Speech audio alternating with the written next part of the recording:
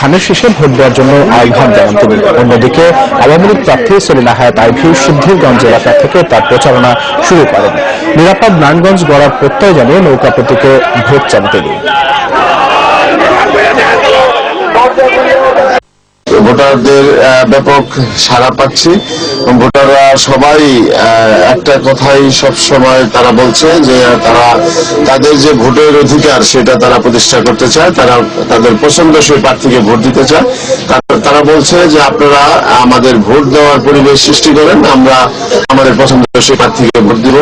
চেষ্টা করবো আরো লাইসেন্স রাখার জন্য, আমার ভাব রাখার জন্য, বিনোদনের জন্য, সাংস্কৃতিক ঐতিহ্য। আমি গত 5 বছর শুধু রাস্তাঘাট ড্রেনই করেছি সবচেয়ে বেশি, এখন এগুলির প্রতি মনোনিবেশ করতে চাচ্ছি। আওয়ামী লীগ সভাপতি শেখ হাসিনা চাইলে এমপি পদ ছেড়ে আইভীর পক্ষে মাঠে নামবেন শামীম ওসমান। দুপুরে এক সংবাদ সম্মেলনে একথা জানান তিনি। বলেন, নারায়ণগঞ্জ আওয়ামী লীগের সব নেতাকর্মী নৌকা মার্কার প্রার্থীর পক্ষে কাজ করবে। নির্বাচনে বিএনপি প্রার্থী ও তার পক্ষে কাজ করা কেন্দ্রীয় নেতাদের বক্তব্যের সমালোচনা করেন শামীম ওসমান। মুক্তিযুদ্ধের চেতনায় উদ্বুদ্ধ হয় এবং আমরা মুক্তিযোদ্ধাদের সন্তান। সিটি কর্পোরেশন নির্বাচনে নিজের অবস্থান ব্যাখ্যা করতে সংবাদ সম্মেলন করেন নারায়ণগঞ্জ 4 আসনের সংসদ সদস্য শামীম ওসমান। তিনি বলেন, নারায়ণগঞ্জ আওয়ামী লীগ ঐক্যবদ্ধ, সব নেতাকর্মী কাজ করবে আইভীর পক্ষে। দলীয় সভাপতি শেখ হাসিনা চাইলে সংসদ সদস্য পদ ছেড়ে তিনিও মাঠে নামার জন্য প্রস্তুত বলে জানান শামীম ওসমান।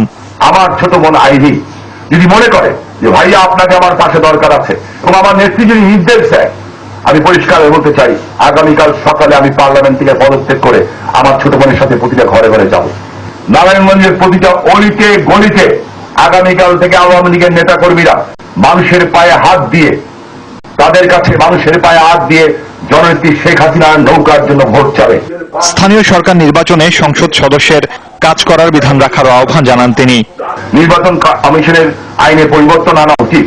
আমি সংসদ সদস্য দেখে আমি আমার প্রার্থীর পক্ষে কাজ করতে পারবো না, এটা সঠিক হওয়া উচিত না।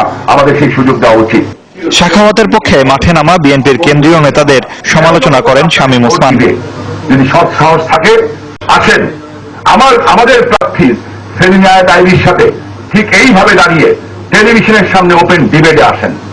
ওপেন ডিবেটে আসেন, কেন মানুষ নৌকায় ভোট দিবে আর কেন মানুষ ধানের শীষে ভোট দিবে, কেন দিবে না আমরা প্রমাণ করব, আর আপনি প্রমাণ করার চেষ্টা করুন। সংবাদ সম্মেলনে নৌকা মার্কা ছাপানো 2টি শাড়ি দেখান শামীম।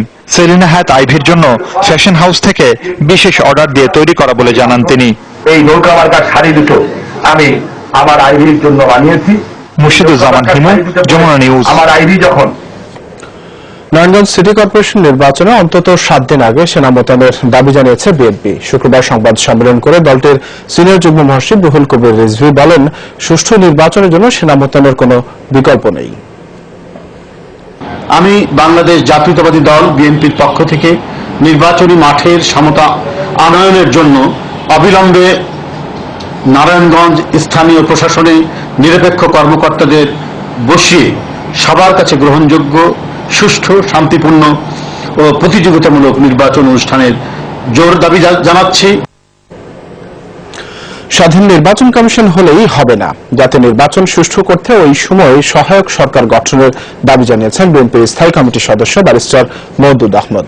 শুক্রবার জাতীয় প্রেস ক্লাবে স্বাধীনতা দিবসের আলোচনায় মওদুদ বলেন, বাংলাদেশের রাজনৈতিক সংস্কৃতিতে সুষ্ঠু নির্বাচন নির্ভর করে নির্বাচনকালীন সরকারের ওপর, ইসির ওপর নয়। নির্বাচন কমিশন চাইলেও অনেক সময় সুষ্ঠু নির্বাচন করা সম্ভব নয় বলেও মন্তব্য করেন ব্যারিস্টার মওদুদ। বলেন, স্বাধীন ইসি গঠনের পর নির্বাচনকালীন সরকারের রূপরেখা দেবে বিএনপি। সংসদ ভবনের এলাকা থেকে নওয়াব রহমানের সমাধি সরানোর উদ্যোগকে সরকারের হীন চক্রান্ত বলেও মন্তব্য করেন তিনি। দর্শকের সাথে যমুনা নিউজ থেকে ফিরছে আরো সংবাদ দিয়ে।